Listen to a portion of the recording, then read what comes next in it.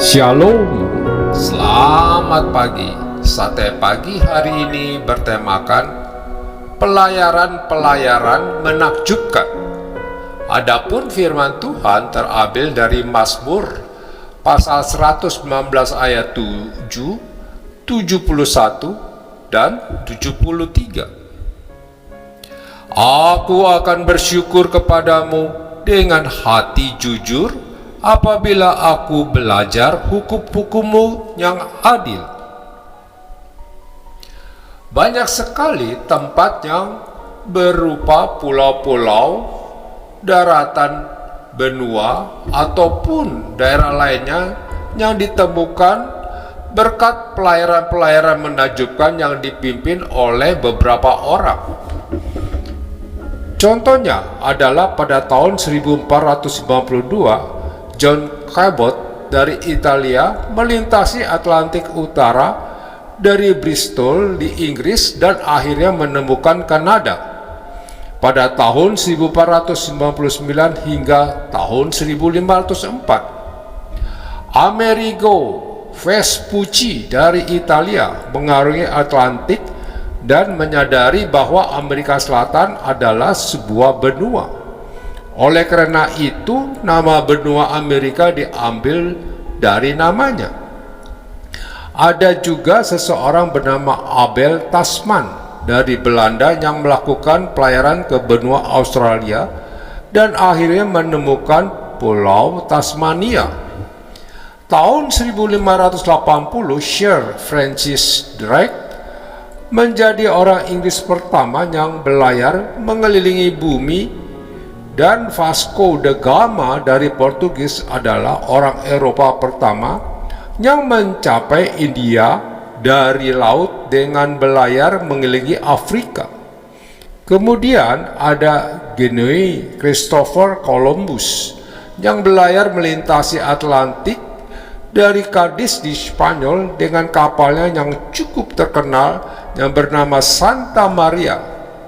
Dan masih banyak lagi pelayaran-pelayaran besar menuntun tokoh-tokoh seperti mereka untuk menemukan tempat-tempat menakjubkan lainnya.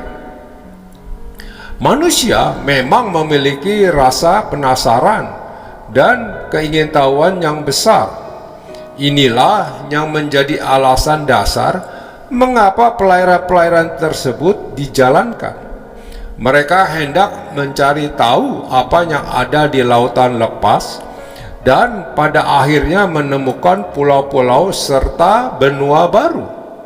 Hal ini disebabkan karena pada zaman dahulu belum ada teknologi canggih seperti satelit untuk melihat dunia secara keseluruhan. Manusia hanya dapat bertanya-tanya akan apa yang ada di luar daerah di mana mereka tinggal dan hidup. Tidak hanya dalam bentuk pelayaran, rasa keingintahuan manusia juga diluapkan dengan adanya penemuan-penemuan berupa listrik, teknologi mesin modern, kendaraan-kendaraan, obat-obatan, serta penerbangan menembus atmosfer bumi menuju luar angkasa. Karena rasa ingin tahu, manusia terus mempelajari hal-hal yang belum mereka pahami sampai akhirnya mereka menguasainya. Namun dari semua itu ada hal terpenting yang harus dipelajari manusia, yakni firman Tuhan, ketetapan-ketetapannya serta perintahnya. Raja Daud sangat memahami hal ini. Oleh karena itu, Raja Daud sangat suka mengikuti perintah dan ajaran Tuhan. Bahkan dia sempat berkata, kalaupun ada kejadian yang membuatnya merasa tertindas, dia akan menganggapnya sebagai teguran dari Tuhan. Teguran supaya dia dapat melakukan ketetapan Tuhan dengan benar dan tidak menyimpang dari jalannya dengan berbuat dosa. Jikalau kita bisa memiliki rasa ingin tahu yang besar terhadap dunia ini dan mempelajarinya, mengapa kita tidak memiliki rasa ingin tahu yang sama terhadap firman Tuhan? Semua firman dan ketetapan Tuhan ada di dalam Alkitab yang kita miliki. Karena itu, mulai sekarang, bacalah kembali firman-Nya, pelajari, redungkan, dan cari tahulah sebanyak mungkin. Amin. Mari kita berdoa. Bapa Surgawi, buatlah rasa ingin tahuku akan firman-Mu semakin besar, sehingga aku selalu rindu untuk terus membaca Alkitab yang kumiliki.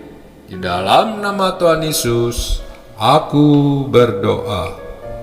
Amin.